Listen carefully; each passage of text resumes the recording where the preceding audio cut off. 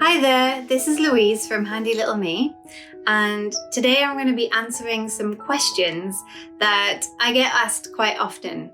So my assistant Demetra is going to ask me the questions and then I'll give you my answers, okay? Okay. So hi, Louise, tell us a bit about you. Like, what did you study? I studied art from quite a young age at school, like secondary school. I did it for A-level, and I also did A-level textiles, as well as English literature. And then I did a year at Newcastle College doing a foundation art and design course, which was only 1 year. And then I moved on to do textile design at university. It was a choice between fashion and textiles, but I chose textiles in the end because I preferred to work with fabrics and prints and yarns and all sorts of different things. So what about knitting? How did your relationship with knitting begin? I did do a little bit of knitting at uni. Probably not a great deal, but I did start knitting when I was young. So I think my mum and my grandma taught me when I was very young. And I used to make clothes for Barbie dolls, my pet dog that we had, Sophie, at the time. I used to make her little scarves and things. So just basic, little tiny projects to practice. Then I didn't knit for a long time after that, until I was at school, and like sort of primary school, like in the later years, maybe 11 years old. And I made a Doctor Who scarf, which was very long and had lots of different stripes in it, all different leftover yarns that my gran had, and that was quite interesting.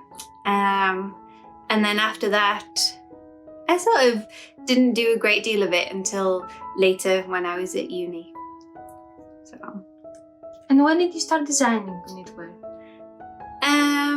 Well, I went into teaching art and design and textile design.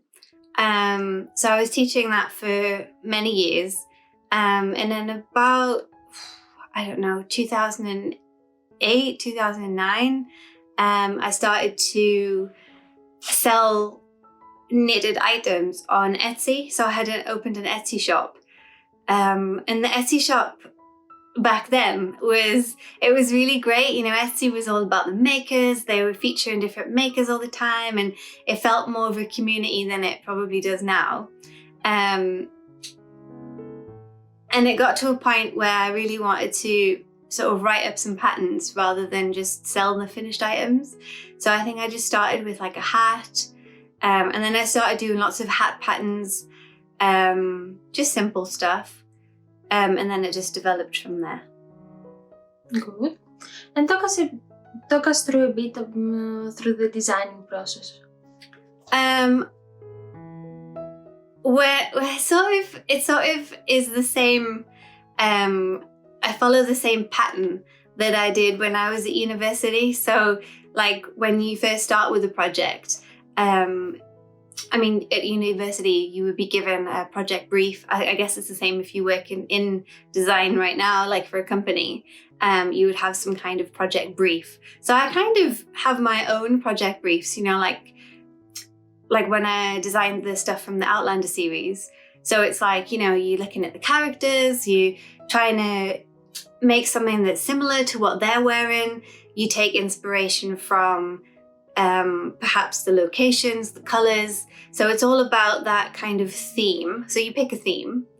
Then you kind of start to do some research, obviously, watching the Outlander series, making lots of notes, putting mood boards together, looking at colors, looking at shapes, looking at, the characters, possibly even quotes, the story. There's all sorts of things that you would research.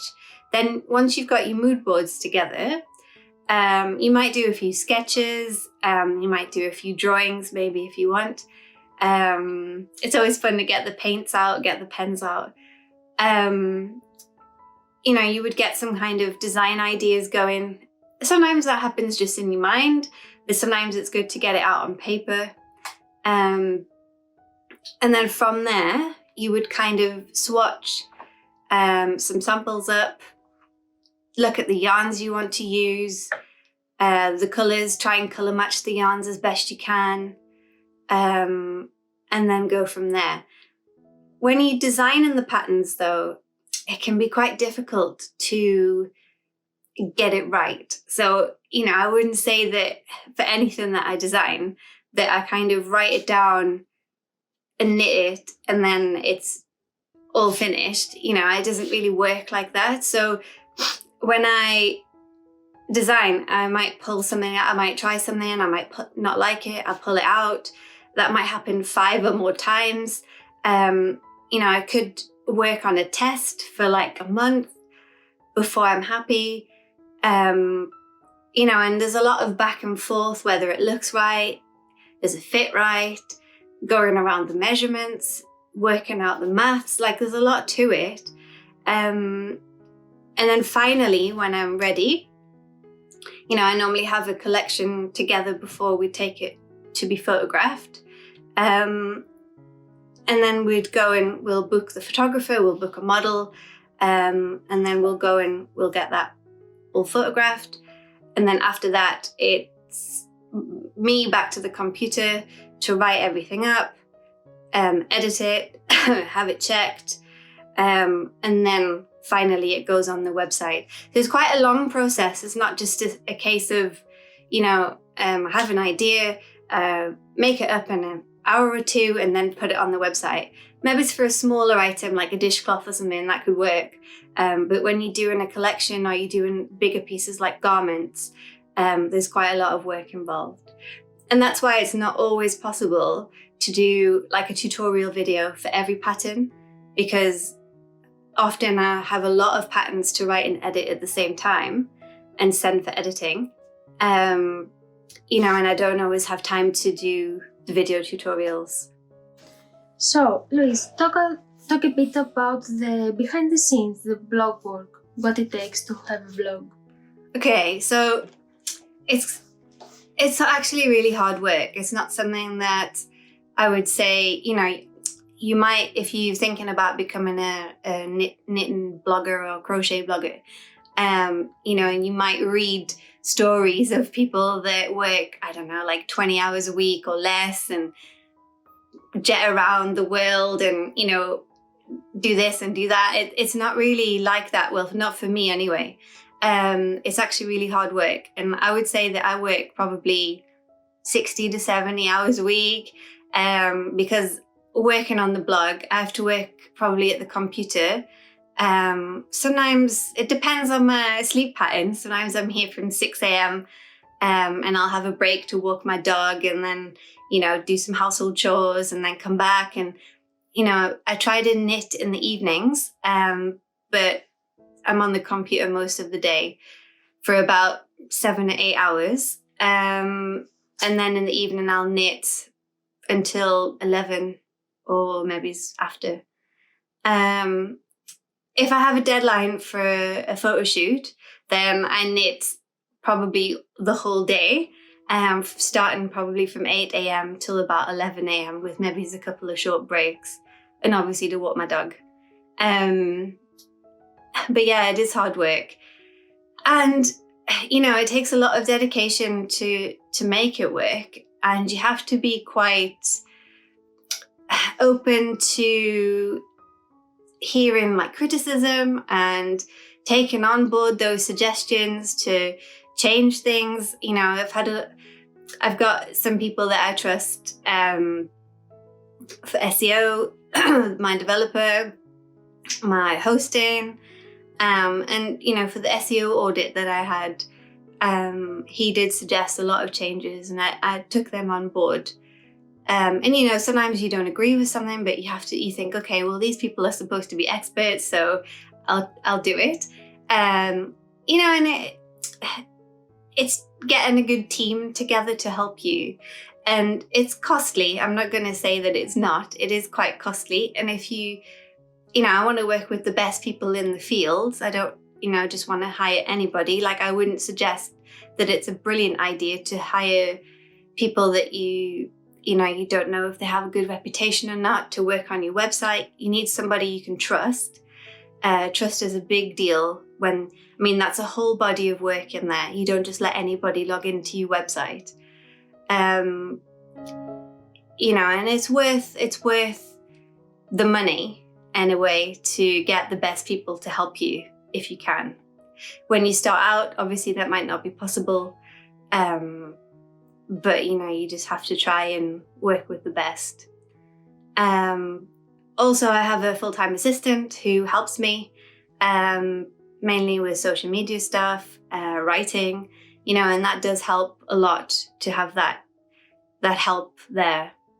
I don't think it's possible to do it all by yourself when you're working full-time. So yeah, it is hard work, but it is rewarding. And obviously, I couldn't see myself doing anything else. Like, this is what I was meant to be doing.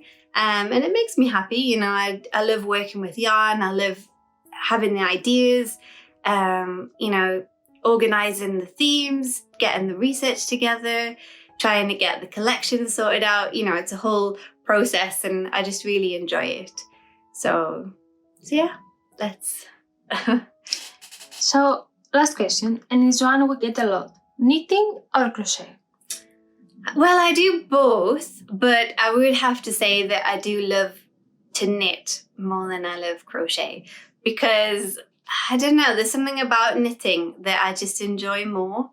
Plus, whenever I do crochet, I get more pain in my hands than I do when I knit.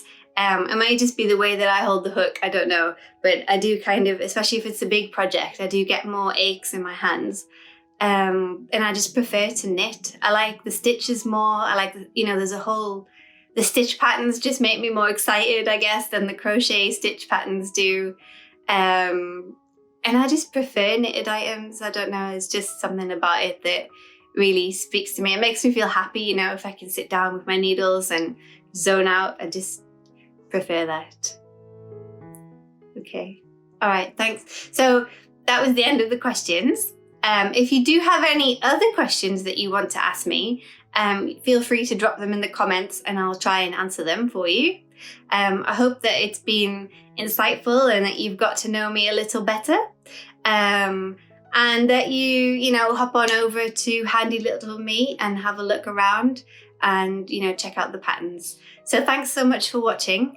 Till next time, see you later. Bye.